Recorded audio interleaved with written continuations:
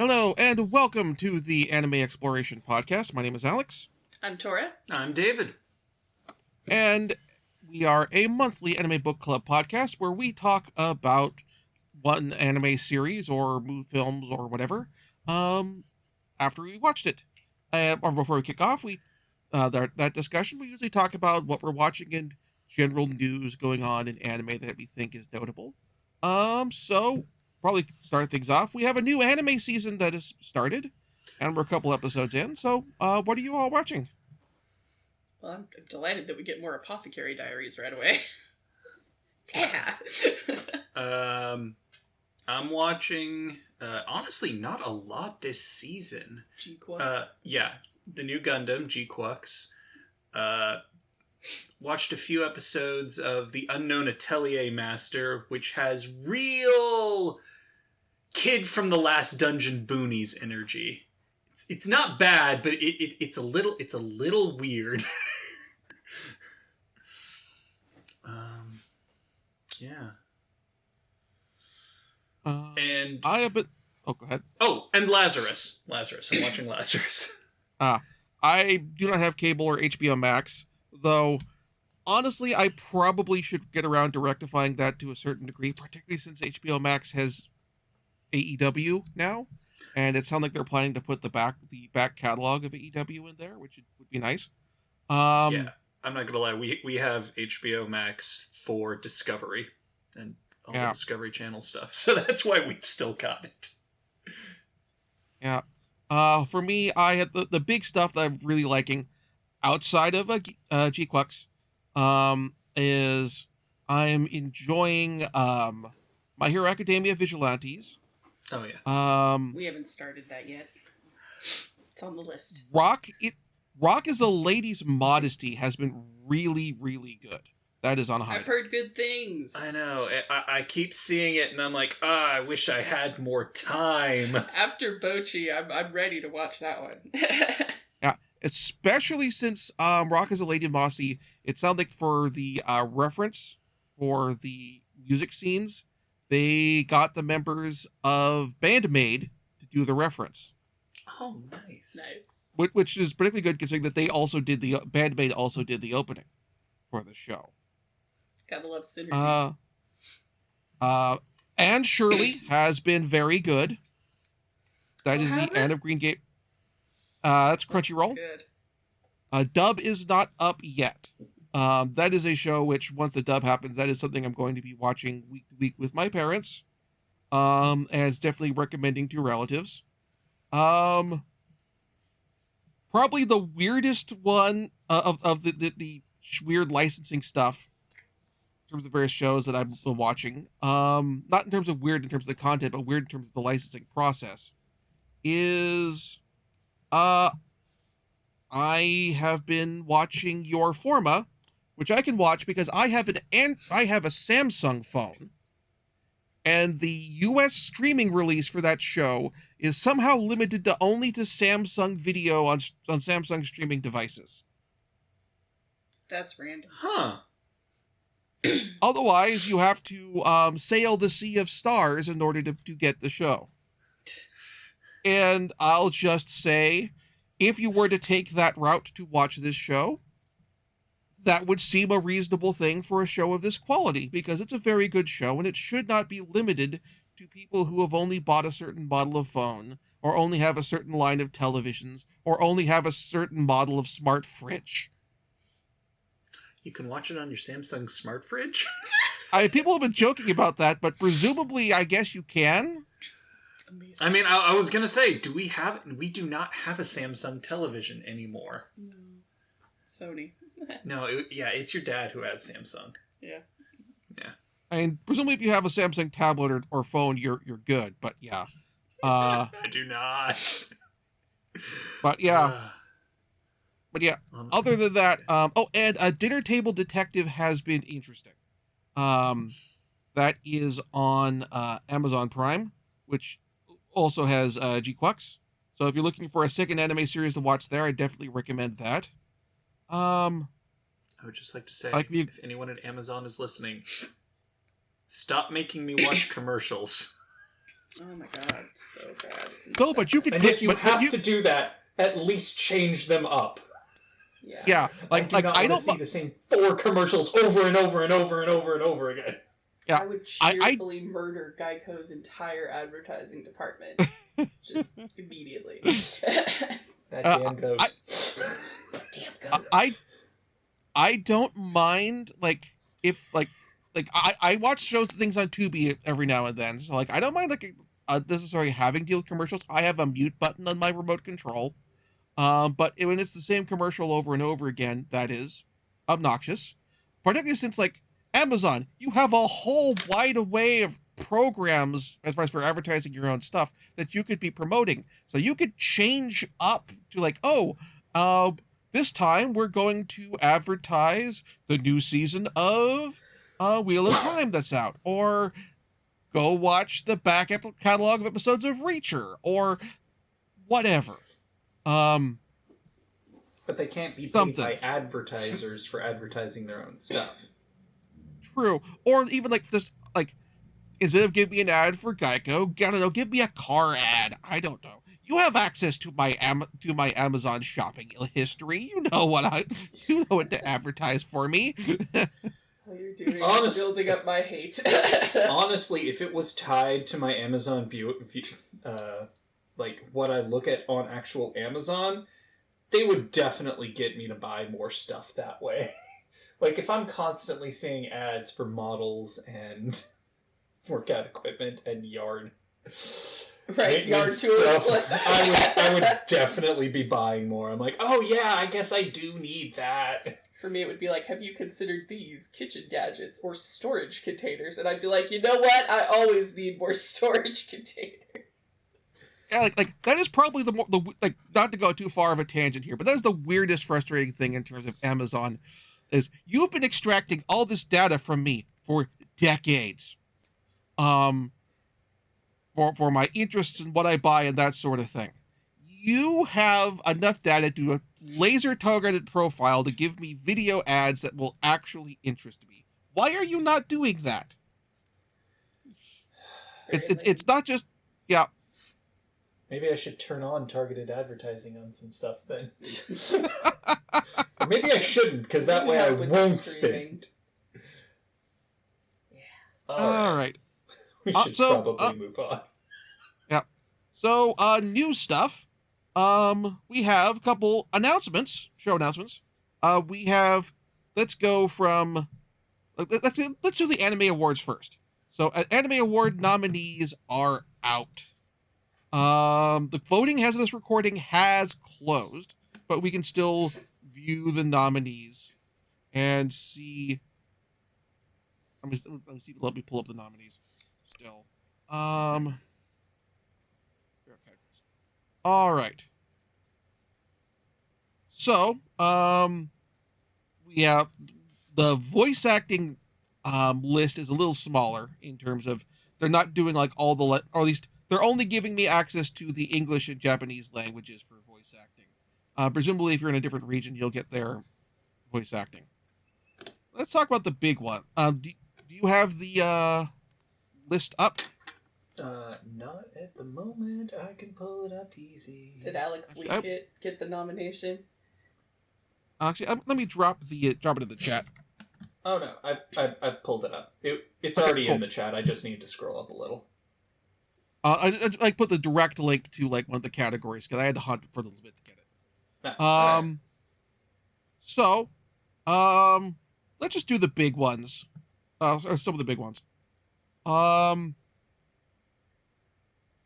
of the Year. Nominees are Dan to Dan, Delicious in Dungeon, Free Run Beyond Journey's End, Kaiju Number 8, Solo Leveling, and Apothecary Diaries. And this was the hardest category for me to choose.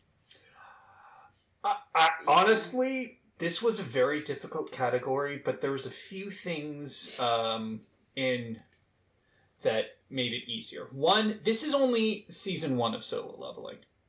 And while it has a lot of really amazing fights and visuals, it does not have that much depth to it. So that kind of took itself out. Also, I never watched Dan to Dan, so I can't vote on it. I watched the other 5. I watched Dan to Dan, Delicious Dungeon, Free Run, Apothecary Diaries, and Solo Leveling.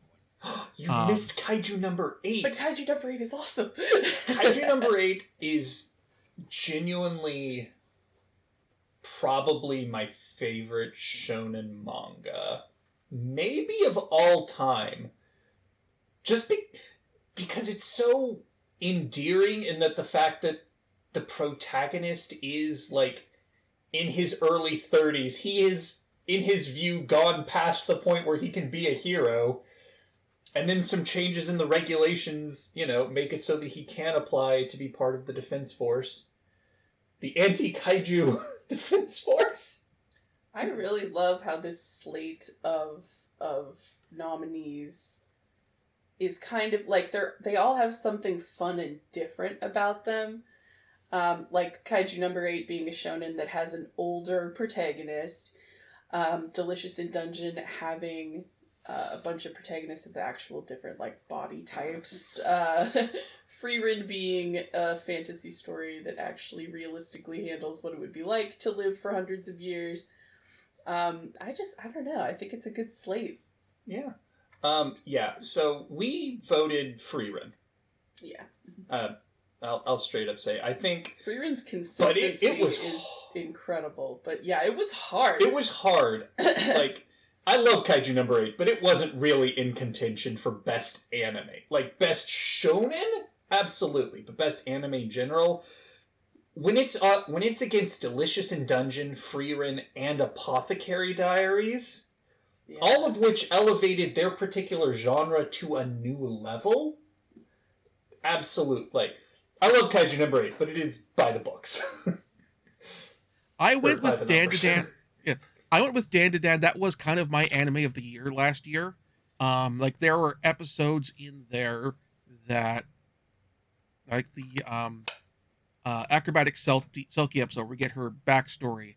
That just it's really good of juggling weird wackiness with then just a real good emotional gut punch. And also with a really great visual style and sense of a very elaborate and big scope. It's a lot of things that Science Saru is great at in there, in terms of their strengths as an animation studio and the people who work there. And so that kind of took it for me. But that said, my difficulty was Dan to Dan, Delicious in Dungeon, and Frieren were all fun and tricky to decide which one I wanted to go with. Well, if you think Dan to Dan takes it, we'll watch it. Yeah. I can't say I'll agree with you afterwards, but, good recommendation. I trust your taste. I went with Film of the year. Yeah. Oh, sorry, go ahead. I went with Frieren largely based on the fact that I couldn't stop thinking about it for months after I watched it. Yeah. It's so deep. Film of the year, I have only seen one of these. It is to my shame that I have not watched Look Back yet. But the other one, and also the Hero Academia movie, but that's just availability for a couple of these. And so nominees here were Haikyuu, The Dumpster Battle, Look Back, Mononoke the Movie, The Phantom in the Rain, My Hero Academia, Who's You're Next, Spy Family Code White, and The Colors Within. I watched Spy Family Code White. That's the only one of these I watched. However, Look Back got enough by reputation from me that I'm this is one of the cases where I voted for something sight unseen, because enough people who I trust implicitly say this is one of the greatest anime films of all time, and how it adapts the work in question, that I ended up voting for that. We saw Spy Family and Haikyuu.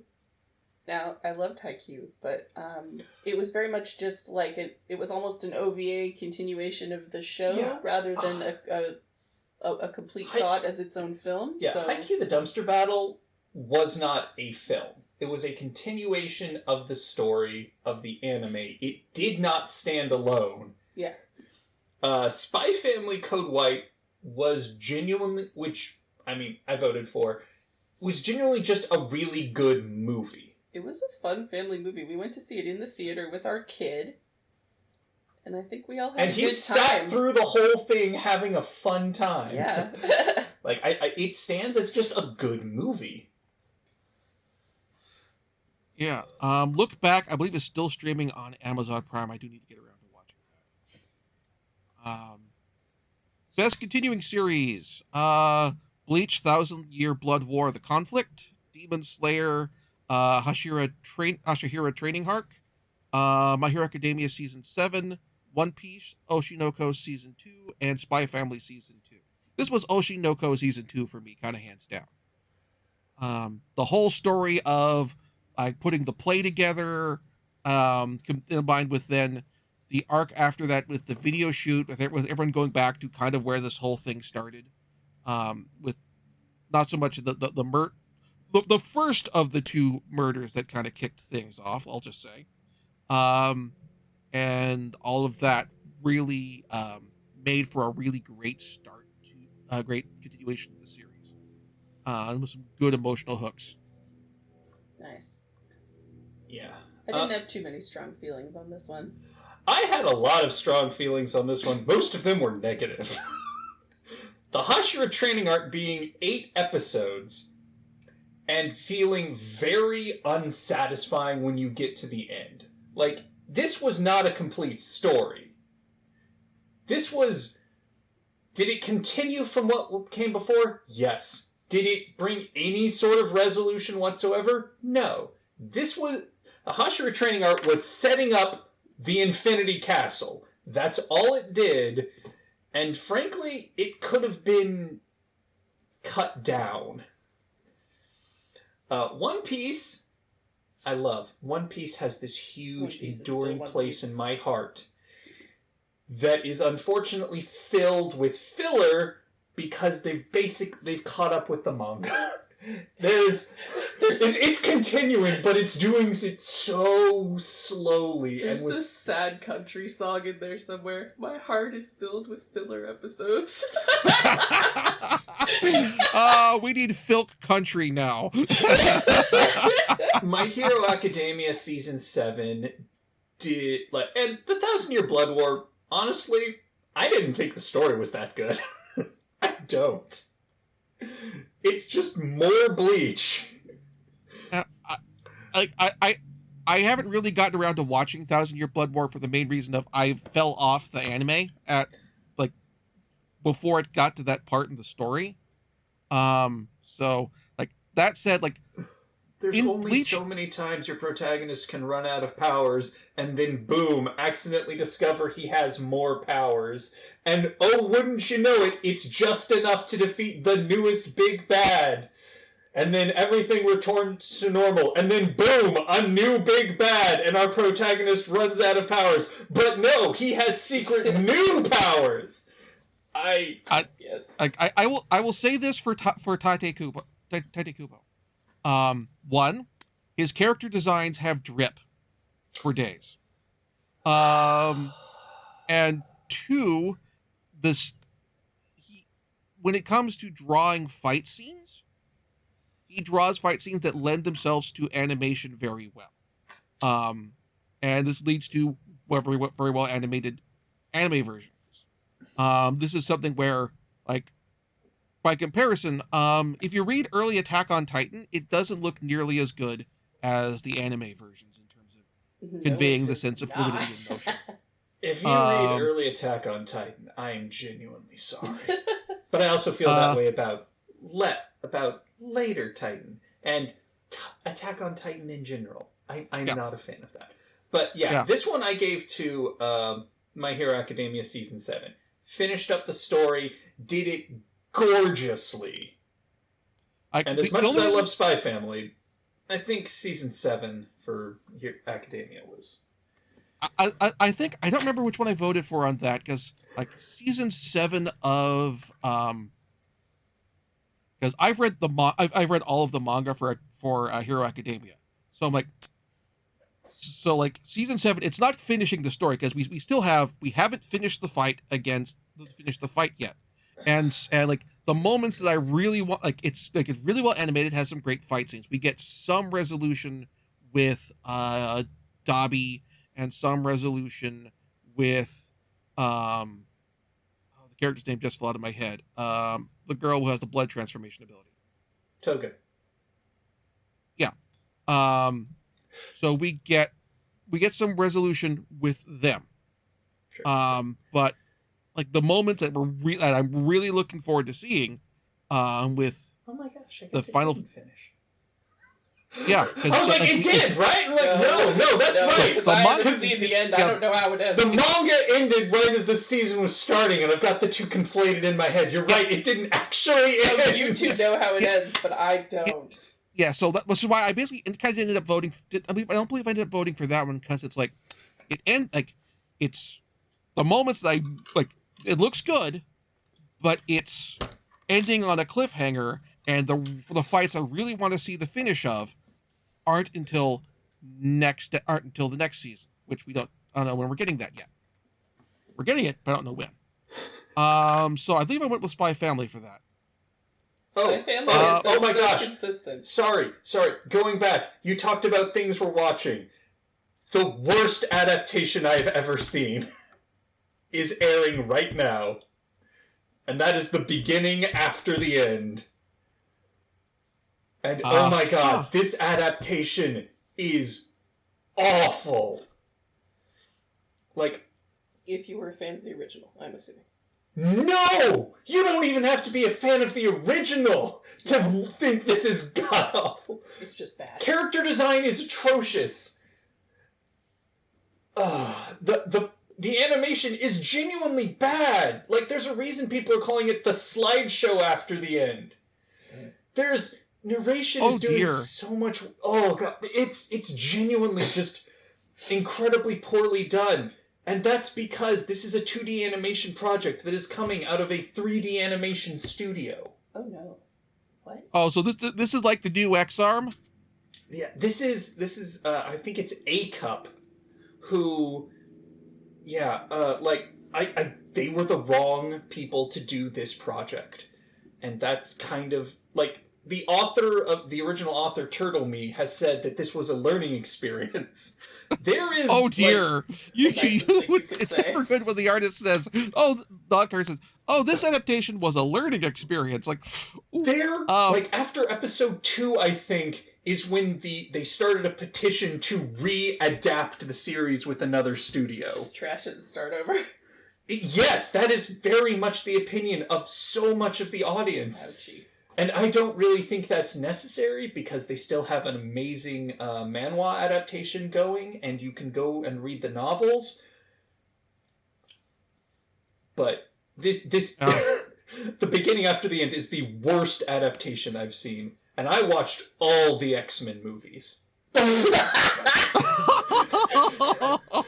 tell us how you really that is the sickest burn I've ever heard since this is going to be a wrestling thing reference. There's somebody posted on Twitter to AJ Styles, who professional wrestler, also also genuine unironic flat earther.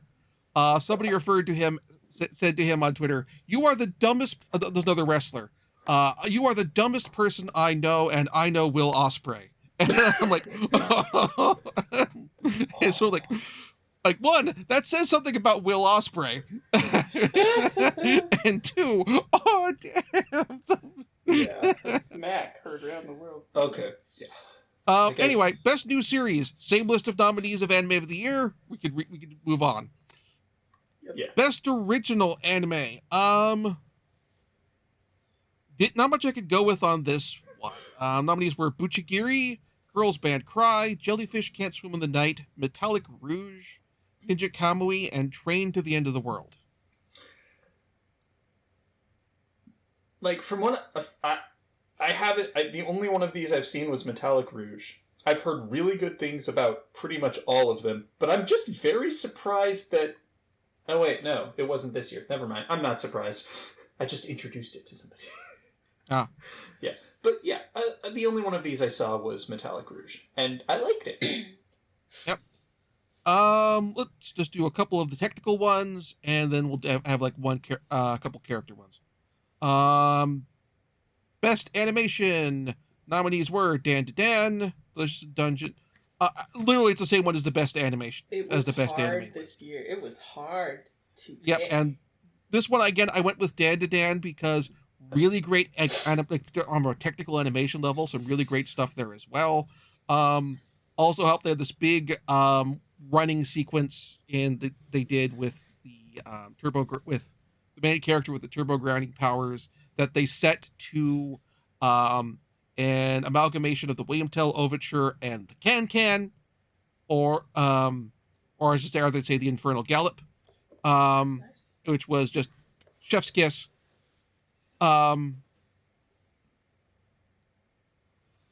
Best character design, literally the same list, except instead of trying to see where the change is.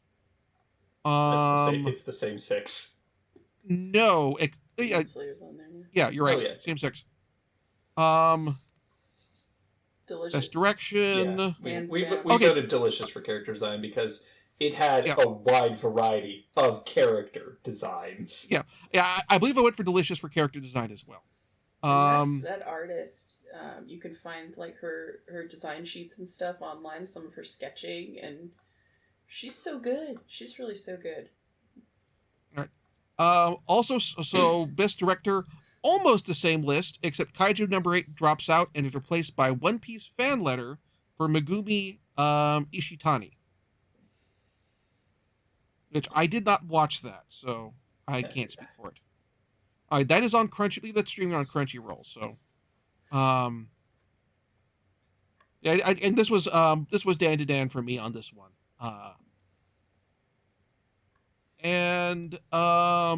So getting into the few of the light, fluffy, fun ones.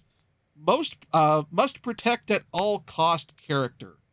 Nominees are Anya Forger, Frieren, Okarun from Dan to Dan, Senshi from Delicious in Dungeon, Tokiyuki Hojo, who is the main character from The Elusive Samurai, and Yuki Itose from A Sign of Affection. Senji. No, we voted for Anya because Senshi can take care of himself, whereas Anya will just get herself into so much danger. Because like, Senshi can take care of himself. He's been living on his own in that dungeon for years. Anya, I am concerned she will try and cross the street in traffic. Yes. I believe I went for Anya here, though I had a close pick with possibly going Okarun because he is an very awkward fellow. Who's voting for Frieren here? Frieren is fine, you guys. Frieren can take care of herself. Unless there's a chest in front of her.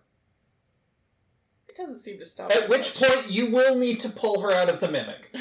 Yeah, but she's fine. Best anime song.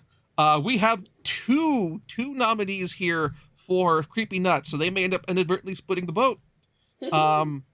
With Abyss from Kaiju number 8, Level from Solo Leveling, Fatal from Oshinoko, The Brave from Frieren, Otonoke from Dan to Dan, and Bling Bang Bang Born from Mashal, which that is a fun bop. Bling Bang Bang Born is fun. It's memeable. It's great. I gave it. I voted Abyss. Abyss is just a damn good song. I liked a lot of these. I did end up going for Bling Bang Bang Born because that's been in heavy rotation on my streaming. Like also, it's the only one of these where when the Grammys did like the Grammy has like their international stage streaming thing they have on their YouTube channel, and they brought Creepy Nuts on there to do that song, which I do recommend people. Yep. Best opening sequence. Pretty much the same actually, except we have Oos from One Piece. Is it Oos or is it Us? Us, I don't know. It's a double. It's an extended U, so that feels like an Oos. This is the people who they've got We Are is so. Yeah. So interesting that Kaiju number 8 is on here because it does a lot of 3D stuff, which I think works for the show. I think it works really well, and it's very cool to watch. But for me it becomes kind of hard to compare that to a hand-drawn opening sequence, you know? Yeah. I was torn here between Fatal and Otonoke because both of those do a lot of narrative heavy lifting also in their openings as well. Otonoke does a really good job of introducing, like, not just setting the tone, but also introducing characters. And Fatal does a really good job of establishing some of the elements of what's going to be for the story, like, for example, with the play and that sort of thing, the 2.5D stage play, but also as almost a refresh of the of, hey, here's what the characters are and their shared trauma with that. So yeah, that some opening sequences are just like, look how cool this is, and then others actually inform the story. I do not remember what I voted for this one. All right, so that wraps up those other news story things. We have a couple anime announcements and trailers. One is the teaser trailer for the new Ghost in the Shell series with a release date in 2026. Looks good. Looking to see how Sayed Saru does Ghost in the Shell. This would be like the first Ghost in the Shell series that isn't by like Production IG since forever.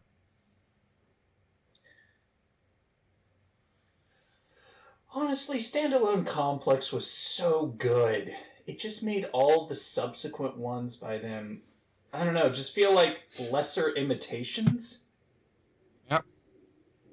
And then the big one, which will relate to a degree to next month's anime, Steel Ball Run announced.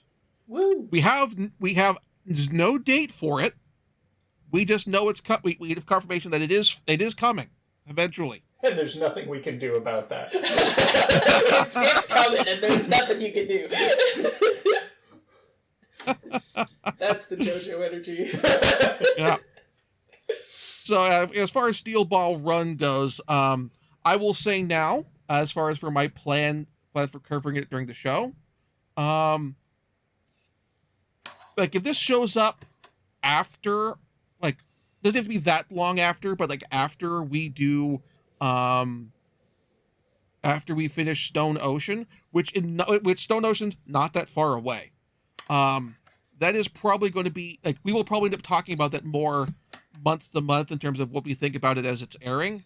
We will not be extending Summer of JoJo by another year for necessarily for that. We're going to want to watch that as it comes out. Heck yeah. All right.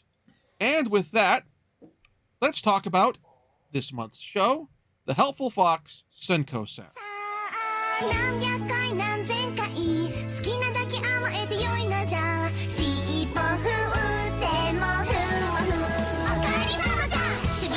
Yeah, let's talk about this show.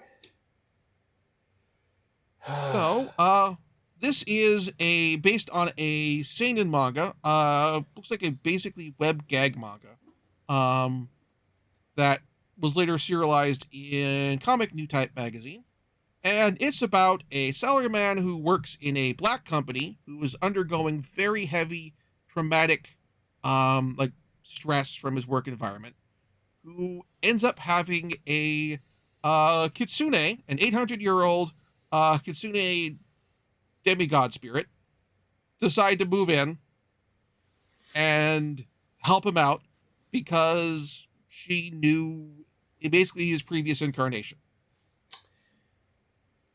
You see, when you describe it that way, it doesn't sound so bad. But the problem is that with the nitty gritty is how the show plays out. The 800-year-old spirit looks like an 8-year-old, and every episode of this was full of warning sexual imagery. And when one of the characters looks I don't care that she's 800, when she looks like a prepubescent girl, that makes me very uncomfortable, especially with the noises and the way everything is framed so sexually. Yeah. This is the only show that I have had trouble getting through. I don't think I made it more than 2 episodes in a row before I needed to stop and do something else, because it genuinely was uncomfortable to watch. Yeah, this was not really a binge show for me. I'm glad the show was only 12 episodes. Mm-hmm. If this was a longer show, I might have gone, I apologize, I'm calling an audible, we're going to change to Flying Witch or something. I'm not going to, I'm going to say, we have done, so far, I would say, before this, only one show that I would consider objectively bad, which was Tsukihime. We have now covered 2 shows which I would consider bad. I will say there is interesting things to talk about with this show. Absolutely. But I think the way the character of Senko is presented, and for that matter, also the additional character of Shiro, is bad. They're like part of the reason why I picked this show is I'm like, okay, this when we're hearing about this, I'm like, and then we went and saw My Dress Up Darling, like, oh, this source material is probably the thematic inspiration that the artist for My Dress Up Darling did for the succubus and the overworked salaryman gag manga thing that they reference later on in the anime. And I still think that that's probably the case. And there are concepts of this which I think work okay, in terms of the idea of the fantasy of you're an overworked salaryman working at a black company. You do not have the spoons anymore to properly take care of yourself because your work is so emotionally draining and traumatizing. Because I've worked those jobs, plural, and the fantasy of having somebody to pamper you, or at least to take that aspect of adulting off of you, is a valid one. The problem here is the character who is doing the pampering and how that character is presented.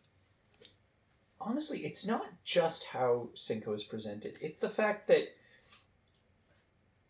as someone who is the season takes place over the course of a year, and our protagonist Kurota isn't really any different at the end of the season than he is at the beginning. He's more taken care of, but he hasn't learned anything. He has not learned any skills about a healthy work-life balance. I mean, this is Japan. There are entire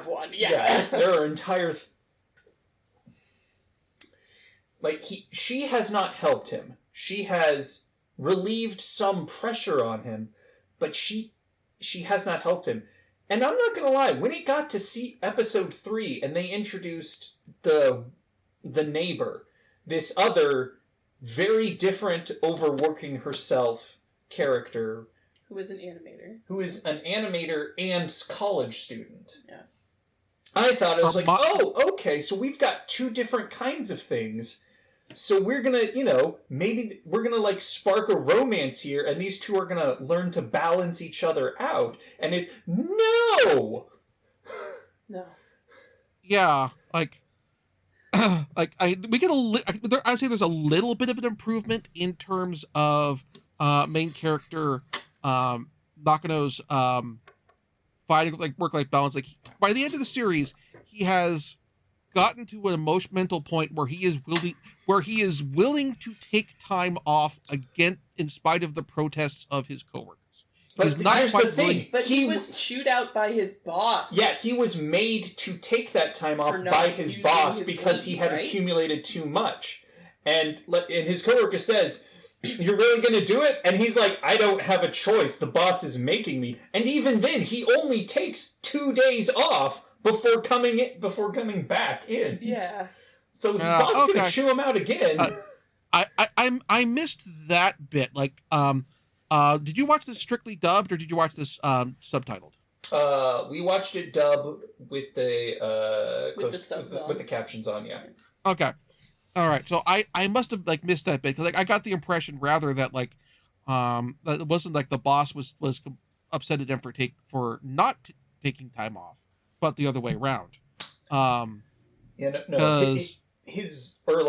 The guy who keeps asking him for help is upset that he's taking time off. The one in who has a separate office that he's called into chews him out because he's chewing him out. It says in the dub that he got chewed out for having accumulated too much paid leave. Too much paid leave, and thus he has to take mandatory leave when they're at such an important point. Yeah. That's the problem, is he has to do it. No one's happy about it. It was weird, frankly, and I suspect Japanese labor law here coming into play that we are not knowledgeable about, but... Because we don't have them. Excuse me. Yeah. But I am aware that working for corporations in Japan is very different from working from corporations in America. You are encouraged and almost expected to make the company a huge part of your life, to stick with one company for a huge part of your life, to go above and beyond for the company whenever you can.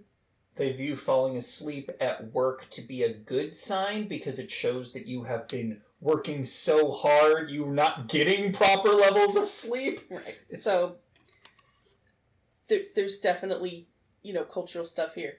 I appreciated the cultural aspects of using Inari, the fox spirit, and the tidbit that Senko really likes fried tofu. That is a thing that is associated with fox spirits. Inari is said to really like fried tofu.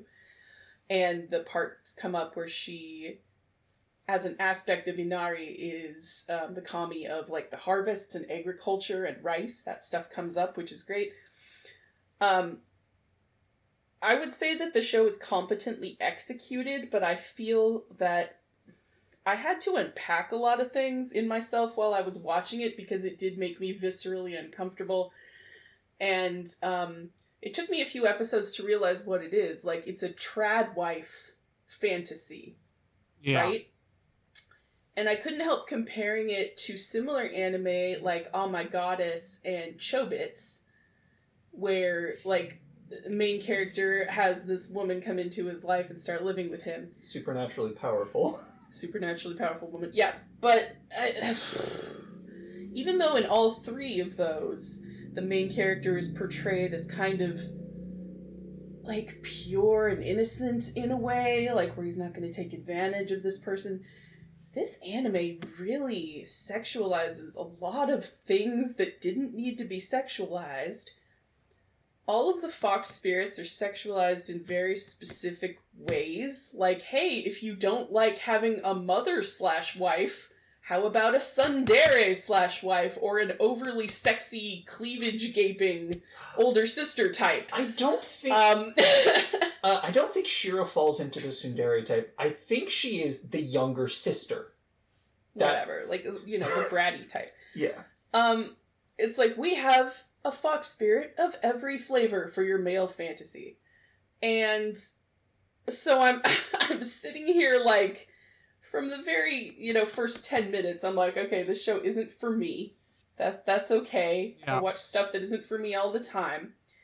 But it becomes more and more problematic as they use the sexualized imagery, and they're constantly reminding you, the fact that they have to remind you at least once an episode, hey, this character is 800 years old, so it's okay. It's no, it's not. I'm sorry. You know exactly what you're doing. Yeah, the 800-year-old bit does not work for me when they're trying to justify the sexualization. It works when they're doing on the beach episode when she goes to when let me scroll back to the character page again. Just to make sure it's the name correct. When Senko goes to spike the volleyball, spike the spike beach volleyball, and then her back throw, then she throws out her back, and it comes out and it comes up a couple different places. Like, characters throwing out their back is never not funny for me. Like, that is. I appreciated the references to her acting like an old woman. Yeah. Yeah. But the problem is, like, there's enough around it, like other stuff that made it, again, not okay. Yeah. So you know, we both, David and I, kind of looked up different reactions to this, and as you can imagine, the fan base is starkly divided between people who, like us, found it problematic and people who are like defending it to the death as this soft and fluffy thing that is totally okay. And it's like, people choosing to live in traditional gender role lifestyles in real life is fine. Consenting adults doing what they want is fine. But sexualizing children is not fine, even if you try and justify it with a fantasy story. I'm sorry, I just... And here's the thing, I don't see how physically aging her to be It would make older. zero change to the story if she appeared age appropriate. Because... Absolutely. Yeah, like, Kuroda, from what I remember of it, never has a problem with her looking like a okay, maybe once or twice looking like a child. In the early episodes, he's like, oh, the cops are going to come and I'm going to get arrested. But, like, usually his complaint is, oh, she has a tail and ears, people will think she's a cosplayer. And it's like, buddy. Yeah. Like, I'm thinking about this also. Like, I watched a similar series recently, which I think handled this better. Although the main character in that was very specifically not doing the trad wife thing, and that was the Neat Kunoichi anime. Oh, and yeah, I've seen ads for that. Yeah, and with that show, character is very clearly looks like an adult. Also, she's not doing the trad right thing. She's instead doing the stereotypical otaku neat thing, which is clearly like played for comedy in a way that the targeting the audience, like, oh, this character is a lot like you in the self-depreciating sense of the I spent too much money on figures and so I'm living on ramen and bean sprouts for a few days kind of thing. Happens for the best of us. And I could actually go for ramen. And so we have that going on, but again, all the characters there. It's not that the show doesn't have any problematic elements. There's some very problematic elements there, particularly around how a particular sort of trans presenting character is depicted in that show. But again, everyone there looks like a grown up, and like with this show, if all the kitsune looked like adults, that would have been fine. It would not have impacted the plot, and also even worked thematically with some of the ways that the kitsune are depicted through in folklore, in terms of the concept of the quote unquote fox wife, like with the character of Tamamo no Mai and that sort of thing. But otherwise, like, again, the age fan service was not great. I think it was so... excuse me. It was also so uncomfortable because it was so intentional. The show is very intentional in using sexualized imagery, in presenting this fantasy, which I think is exemplified by the little, like, post-credit scene where they animate it as if you are talking to the character and she's trying to take care of you. I mean, how much more naked can you get in terms of, like, fantasy wish fulfillment? And, like... I mean, based on the shower scene, none more naked. None more naked. the fact that she appears as a child is problem number one, but I also think that this kind of fantasy is problematic in the same way that power fantasies are problematic, in that a lot of people's media literacy is so low that they are taking this as perfectly okay to consume, and not as just like a wish fulfillment fantasy, but as like how the world should be. Yeah. Like, I feel like this is like incel prep almost. Like, Yeah, I one of the people I follow on Tumblr is I can't believe the author's name just fell out of my head. Uh Shana McGuire. Oh And yeah, one yeah, of the yeah, yeah, things that yeah. yeah, and one of the things that she does frequently reblog, and I have to remind myself of this a lot, is that creating and liking problematic works does not necessarily represent an endorsement on the part of the creator or the person who is taking it in. But yeah, I do agree that you just have to be with this, mindful that there are consequences to it. yeah, like you have to be mindful, and that I think when like doing like with this particular concept, like I'm no longer in a part of my life where I'm working a horrific call center help desk job, where every time I talk to someone on the phone, I have a stress and anxiety attack, um, because of potentially being showered with abuse. Mm-hmm. And I still kind of get stressed out when I have to do phone calls as part of my work related to those earlier jobs. But I'm no longer in as bad a position as I was with those previous jobs. But and so I understand why this fantasy is appealing. But I'm like, it doesn't have the same, like this wouldn't grab me. This doesn't grab me now in terms of the desire of like, oh, I no longer have the energy. Like my job fundamentally does not provide me the energy to the emotional psychological bandwidth to do these things, and being pampered would be in a like like being presented with in a week to week basis while watching the show. Like taking this out of the context of binge watching for a podcast or after it's already aired, but the case of a week to week thing, of having that week to week fantasy, a week to week wish fulfillment experience by proxy. I'm no longer the spot where where that would psychologically appeal to me the same way.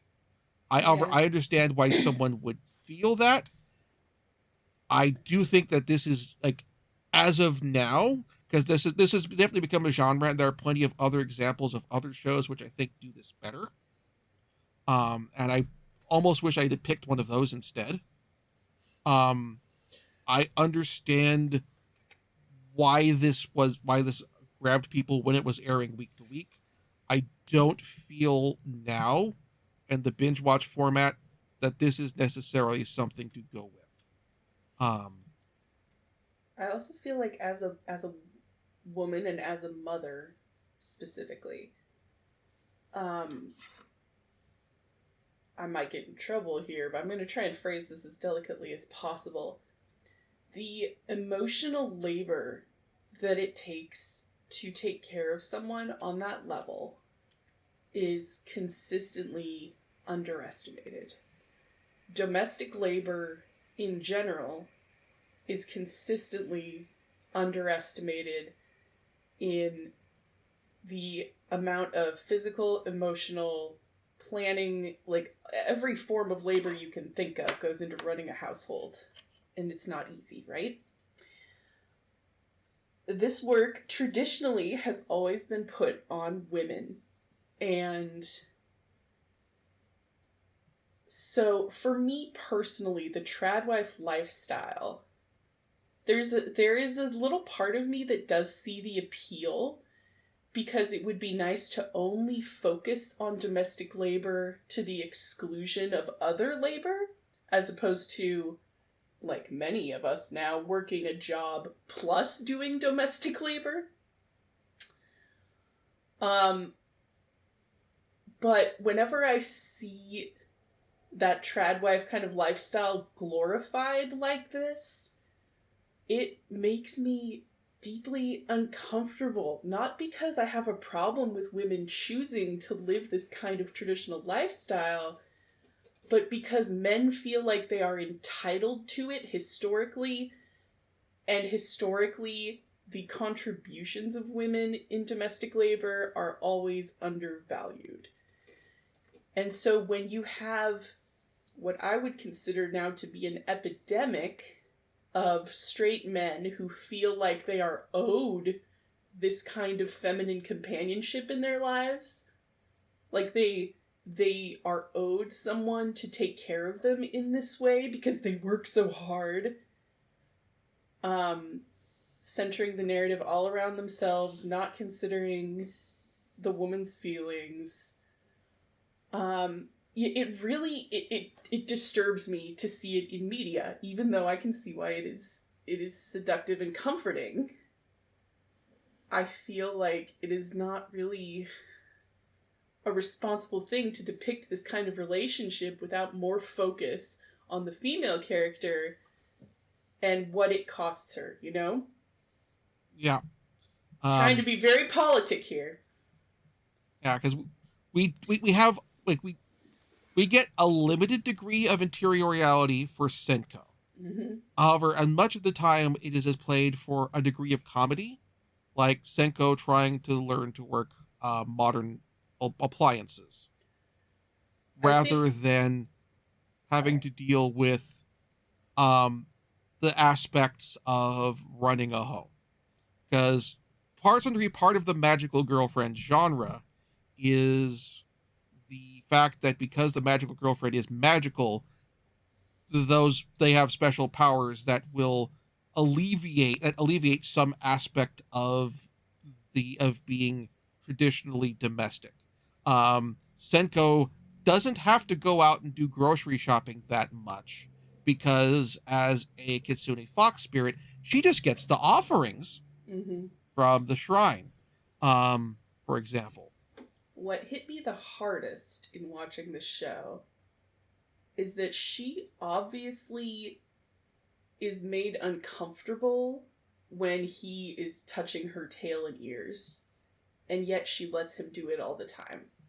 That metaphor is too real for me in terms of that happens, you know? That happens in a relationship where one person isn't necessarily comfortable with something, but they let their partner do it to make them happy. And it's not necessarily, healthy. Yeah. I think like that really does come to the,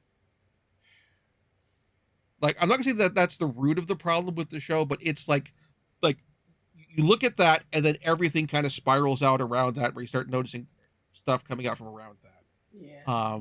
With that particular issue, particularly if I look at that compared to other works that I've seen in the genre,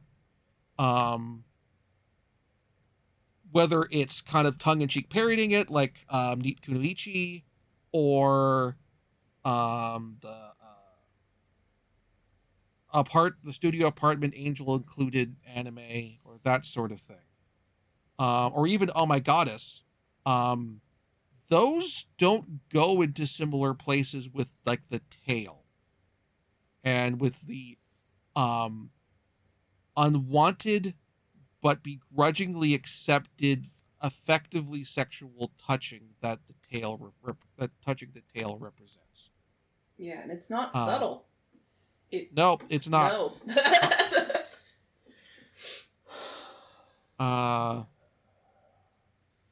And it's very intentional.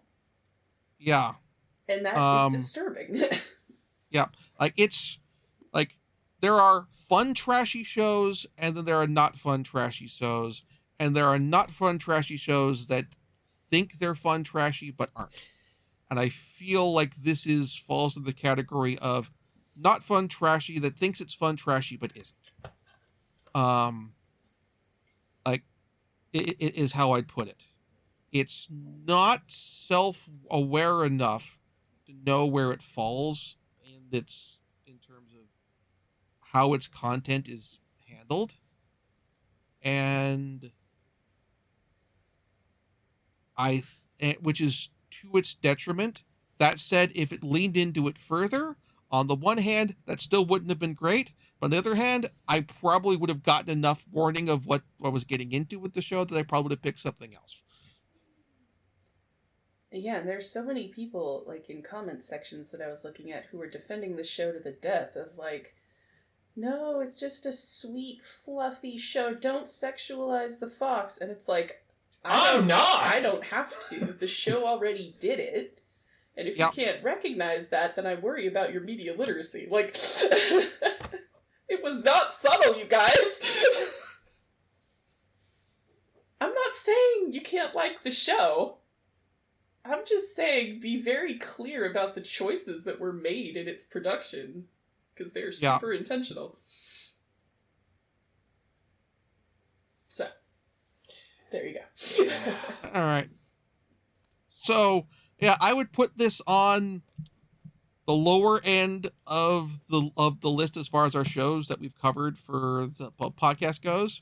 Like, I think I've seen worse shows. Like, I'm from what I recall from how I scored it on like my analyst, I didn't give it a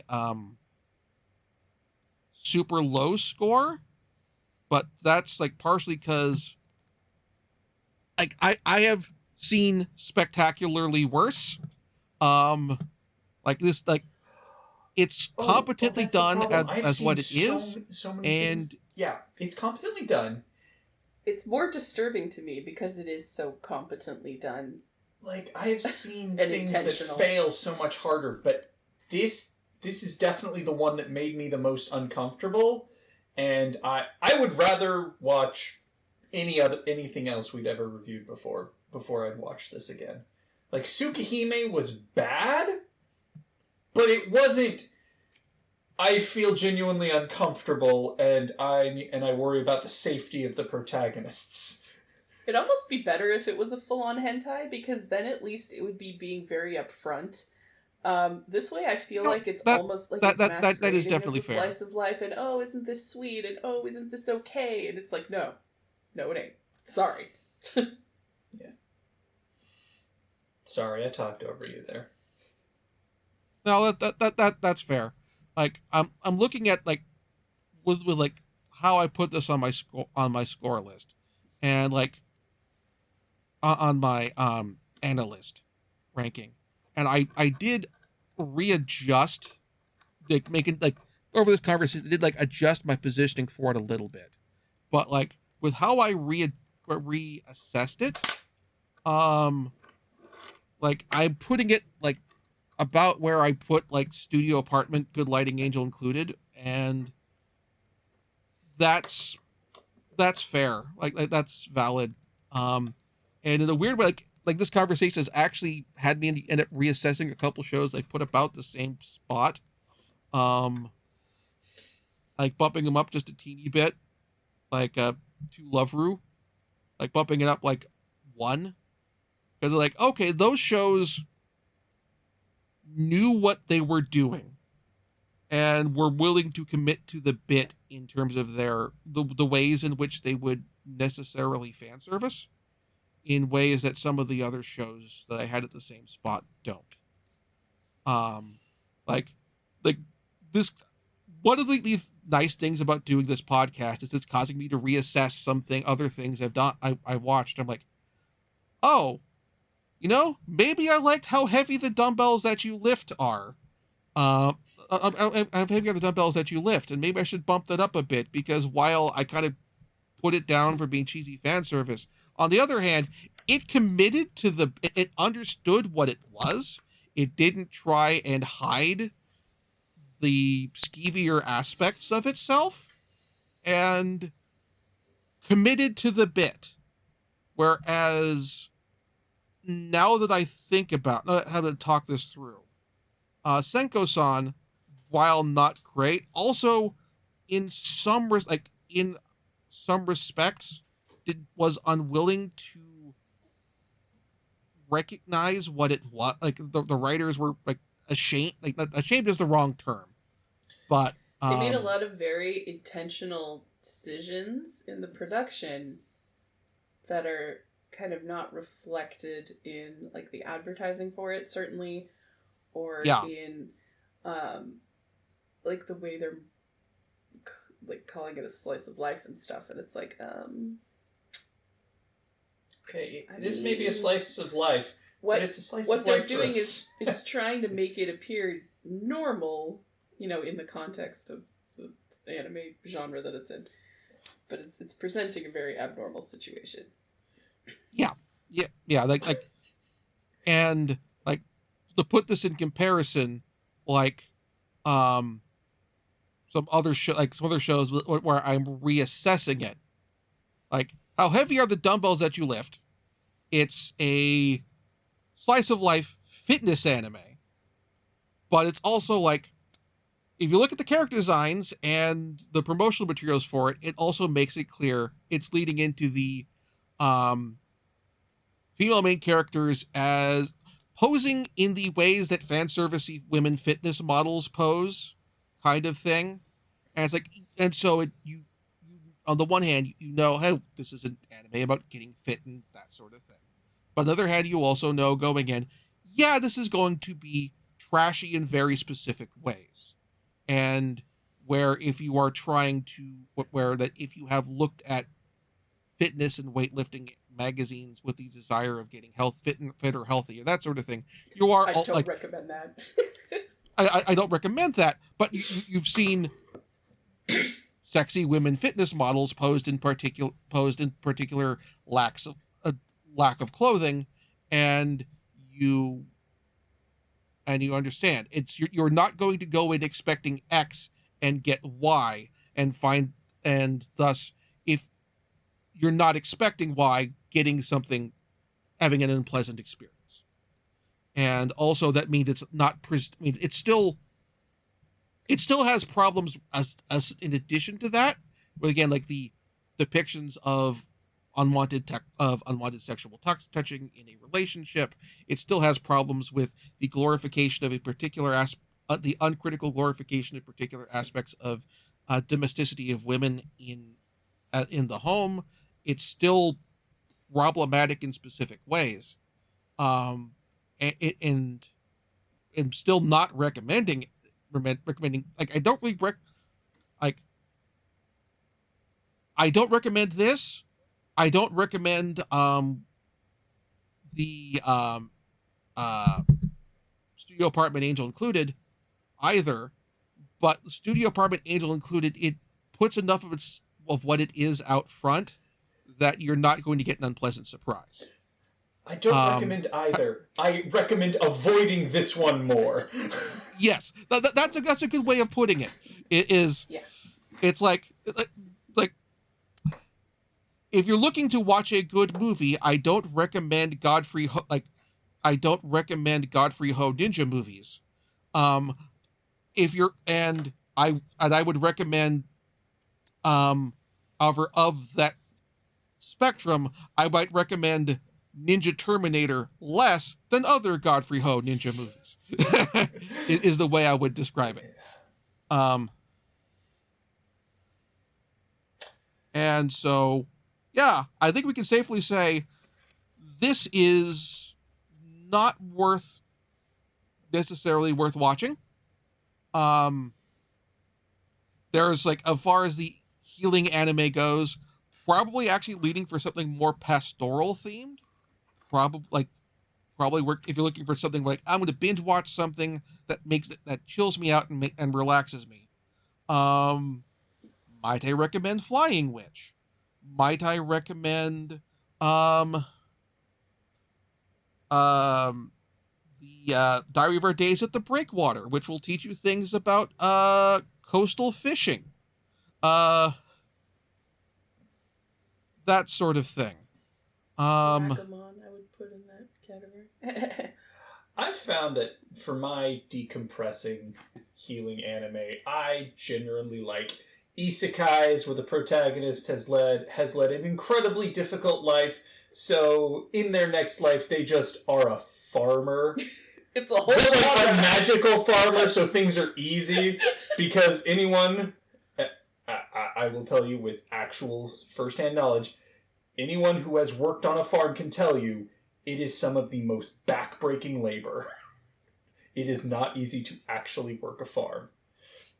But with magic and everything being easy, like, absolutely. That's the dream. That is a great relaxation for me. It's like, oh, that stuff is easy. Yeah, and I think actually even for that matter, because oftentimes with those shows you will also have characters, a number of female characters become romantic interests of the main character because of his magical farming skills, or without drawing them in. Bonus points if they're hot elves. If you want the romantic fantasy as part of this as well, a lot of the isekai farming anime will give you that too. Yeah, but at least, okay, I can't say at least. I can say the ones I have enjoyed, all of the women have been of legal age in America. I recognize the age is lower in elsewhere. My favorite, but they at least appear to be adults. My favorite healing anime is why am I blanking on the name? My Absurd Skill? Campfire Cooking in Another World. With My Absurd Skill. That's less healing, and it's more just... It's healing nice. to me, okay? It's nice. Just, you're running around, you get a giant magical dog friend, and everything is easy mode for you. Did you just call Fowl a dog? I know he wouldn't like it. But no, he might eat you for it. Okay. Yeah. It was my personalized fantasy. It would be a giant magical cat friend, but hey, I'm not going to split hairs. Would you want it to be Cat Bus? Oh my god. So you could ride inside? Yes, I want Cat Bus. S-Class Magical Beast is Cat Bus. I haven't watched that much of the pastoral farming anime stuff, but I'd probably say as far as for my latest pastoral anime viewing, again, Flying Witch, great. If you want something where there's a bunch of it also, let me tell you about this little show called Leg Bank Camp. I've heard really good things about that. Yeah. Also Non Biori, also pretty good. And like, in fact, I almost found like there's a couple bits early on where I'm like, it's early enough in the month. I honestly did think to myself going, do I want to call an audible and reach out to you guys and say, hey, I hecked up. Do we want to do Flying Witch? Do we want to do Non Biori or something like that instead? Honestly, you got to talk about this stuff every once like in a while. That's the thing, is like none of us liked it, but it was still good to see it, to analyze it, and to tell our listening audience, for the love of God, don't. Unless you're into that sort of thing, at which case, take some serious look at yourself while you're enjoying this. I also think that fellow Americans specifically, I know several people who refuse to get into anime because they know that it's at times it's a crapshoot. It's a 50-50 shot of whether you're going to get something good or something creepy. Yeah. So, you know. Yeah. Sometimes you need to talk about big rigs over the road racing. Absolutely. I played that game. David, I understood that reference. I don't just understand that reference. I know how to drive backwards because it gives you infinite speed. I watched Alex Navarro's review of that game, and that basically, like, okay. Like, I read his review. I watched his the famous GameSpot video review when it first came out, and that got me all I kind of needed to know about that game. And also, if I hadn't watched that review, I wouldn't be backing Nextlander on Patreon right now. So, hey, so there's that. So that pretty much covers our thoughts on Helpful Fox Senko-San. I guess just to be even-handed, was there anything about it that you liked? Just the references to fox spirit mythology. I did like that they liked an anime. Oh yeah, the in-show anime with the fox girl. I think that in-show anime Fox Girl's outfit was Bad. somehow even worse, but I liked the fact that they came to the modern world and there were things that they enjoyed, and they could only enjoy those things when they were quote unquote helping humans. I like that they got something out of it. I think that could be a really interesting examination in a better show. Yeah. It does kind of remind me of Oh My Goddess in a lot of ways, because in that show they had like the goddess helpline where the goddesses were supposed to help people be happy. And then in this show they have the fox spirits, who traditionally in Shinto are often interceded with to grant wishes, right? So I liked that they kept a lot of the traditional aspects of the fox spirits, but there was no reason they had to look the way they did, and that's all I'm going to say about that. Yep. So, I appreciated when, like, with the Japanese voice performance, because again, I did not watch the English dub. When they did the bits about Senko seeming like an old woman, whether that's her throwing her back out, whether it's her like her speech patterns shifting to a very outdated kind of thing. Not in the not when she's in like not when they're in fan servicey contests, but when it's like when she's interacting with the next door neighbor, for example. That sort of thing. Those jokes were good and it worked well with the performance. So shout out to the Japanese actress for Senko, Azumi Waki. Very well done. I can't speak to the English performance, so I will do note that the dub actress for Senko, Kristen McGuire, also wrote the dub script. So, there's yeah, definite dissonance between the higher pitched, more childlike voice that Senko uses, and then her saying lines like "I'm his wife and mother," which is when I realized it was just straight up trad wife fantasy. But yeah. So with that done, like I don't think the show's gotten a physical release, which is fine. But let's move on to something that we are very looking forward to, which is next month and the month after. We are moving from Japan to the Mediterranean as the summer of JoJo begins with JoJo's Bizarre Adventure. JoJo. Golden Wind. Actually, let me look that up because I believe for the cover art for this, they actually changed for this arc. I believe they changed the title to being in Italian. I want to see if I can. Vento Aurelio. So, is the title for the story arc. Yeah. Okay, correction. Le Bizarre Aventure de Gyokyo, Vento Aurelio. Set in 2001. I don't speak it. I don't speak Italian. I have, there are particular tongue positions your mouth needs to be in for Latinate languages that I have problems with. But yeah. So JoJo's Bizarre Adventure, Golden Wind. We will be covering for the first month, because this is about a 39 episode season. I'm looking over the Wikipedia plot synopsis and trying to check and see where the good stopping place would be. I think we could probably get through it. This one's an easy watch, all things considered. Yeah. I don't know about your time, but I think we could probably get through 39 episodes in a month. Yeah, but also I'm Especially thinking if to let people. Yeah, I think let the audience pace them. Yes. I want to let the audience pace themselves. Fair enough. So there's a lot crammed into those episodes. There is. yeah, This boy got business.